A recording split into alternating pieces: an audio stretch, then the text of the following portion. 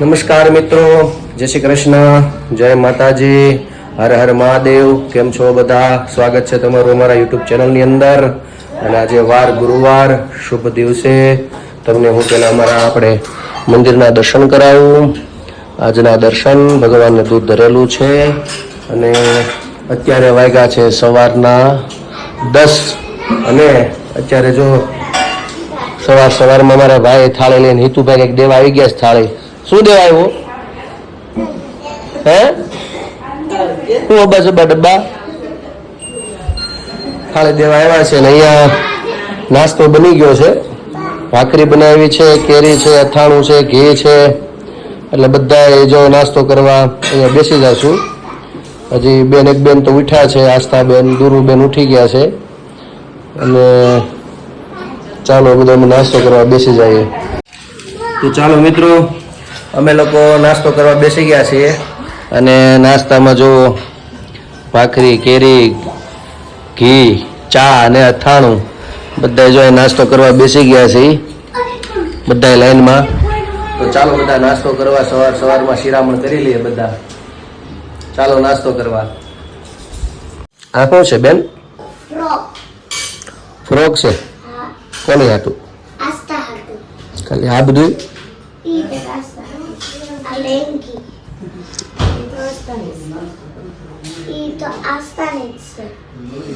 એ આસ્તાની છે. પછી આ આસ્તો એલા જો આ દૂરવીએ છે ને એના બધા કપડા પહેરે, જૂના કપડા પહેરવા આપી દીધા છે. નવા છે ભાઈ, નવા છો કપડા, બધા નવા કપડા પહેરવા આપી દીધા છે. ટૂંકા થઈ ગયા એટલે આપ્યા છે કા. અને અહીંયા બેન હજી ઉઠવાની તૈયારીમાં છે ફૂલ. જો બીજા બધા બતાડશે અમને આજ. અમે 4 વાર જોઈ લીધા છે. તો મિત્રો અત્યારે વાગ્યા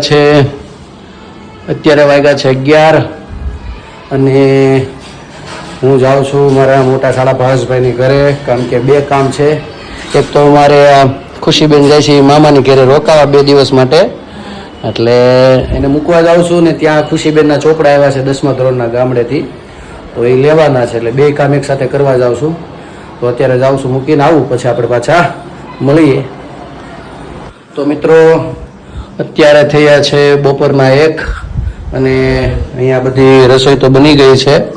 હવે ભગવાનનો જે થાળ છે એ તૈયાર છે. ભગવાનને આપણે ધરી દઈએ. ભગવાનની સામે આપણે થાળ, ભગવાન માટે આજે દાળ ભાત, શાક, રોટલી અને કેરી ભગવાનને અર્પણ કરી છે. ભગવાનને કે તમે જમવા પધારો.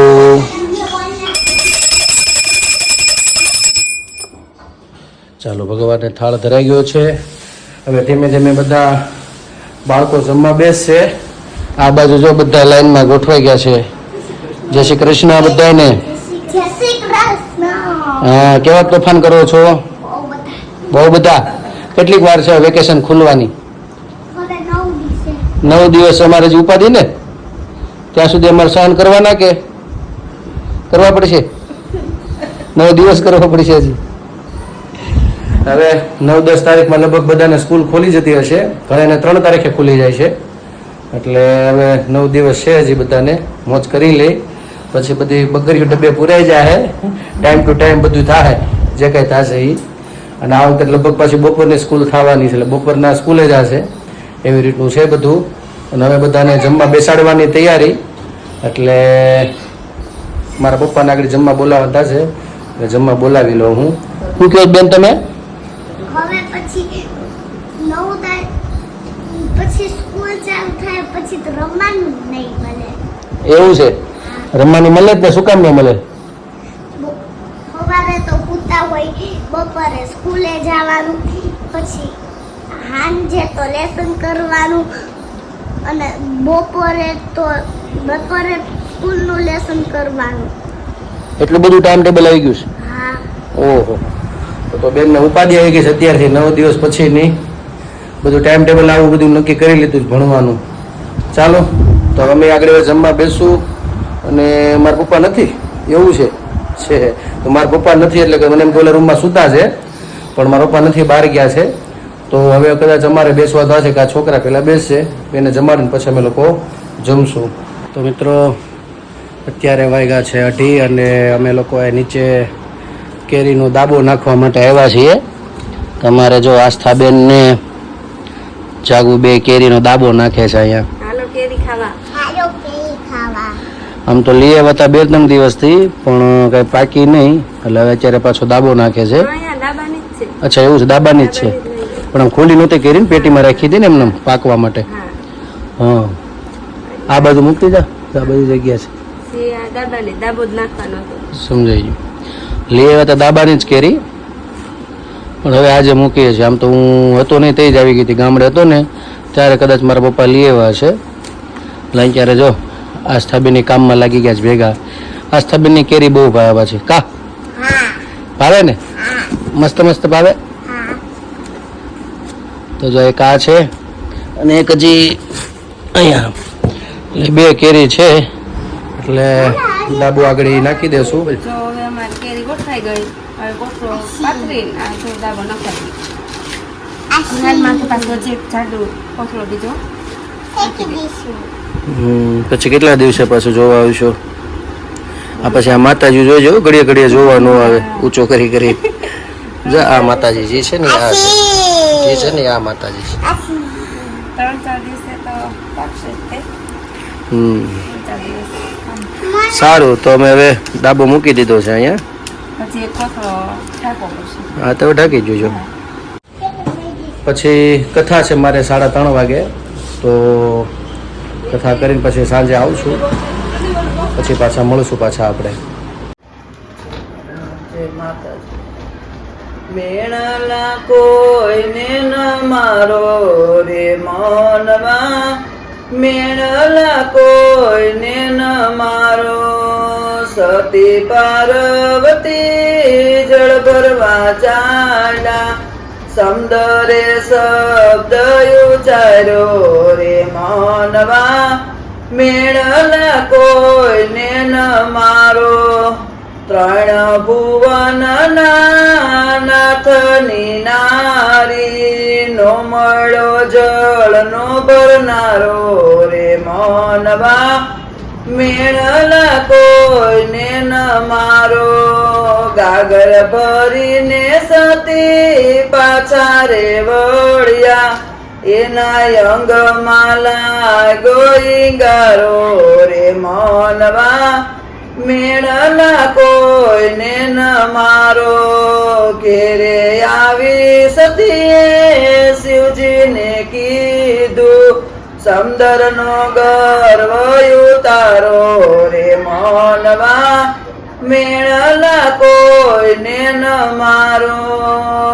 અરે સતીજી અધીરા ન થઈએ, હૈયે તે ધારણા ધારો રે મનવા, મેળલા કોઈને ન મારો.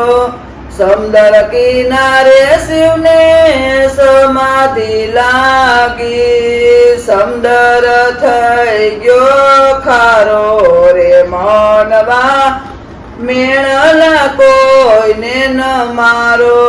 બ્રહ્માને વિષ્ણુ જોવાને આવ્યા, જાપ જપે જટાધારી રે મનવા, મેળલા કોઈને ન મારો.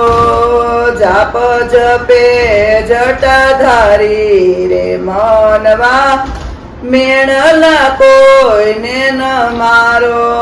સમદર આવીને શિવને પાયે પડે છે, માફ કરો અમારા અપરાધ રે મનવા, મેળલા કોઈને ન મારો.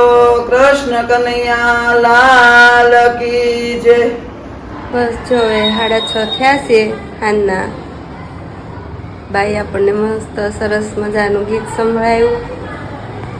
ને હવે અમે લોકો જો રસોઈની તૈયારી કરશું. છોકરીઓ ગયું નીચે અને અમે હવે રસોઈની તૈયારી કરશું. ભજન તમને કેવું લાગે કોમેન્ટમાં કહેજો. તો મિત્રો અત્યારે વાગ્યા છે સાંજના 8:30 અને અત્યારે અમારે આ બાજુ મહેમાન આવ્યા છે. અમારે આ ફઈના દીકરા કાલે હતા ફુવા હતા ને એમના દીકરા છે. આ ભાણીબેન છે, અમરેલીથી આવ્યા છે. જો કે આગળના બ્લોગમાં હતા ત્યારે હું નહોતો. અને આ મારા ફઈના છોકરો છે એની ભાણકી છે, એનું નામ સ્તુતિ છે. જય શ્રી કૃષ્ણ સ્તુતિ. જય શ્રી કૃષ્ણ ફ્રેન્ડ્સ. તને શું આવડે છે?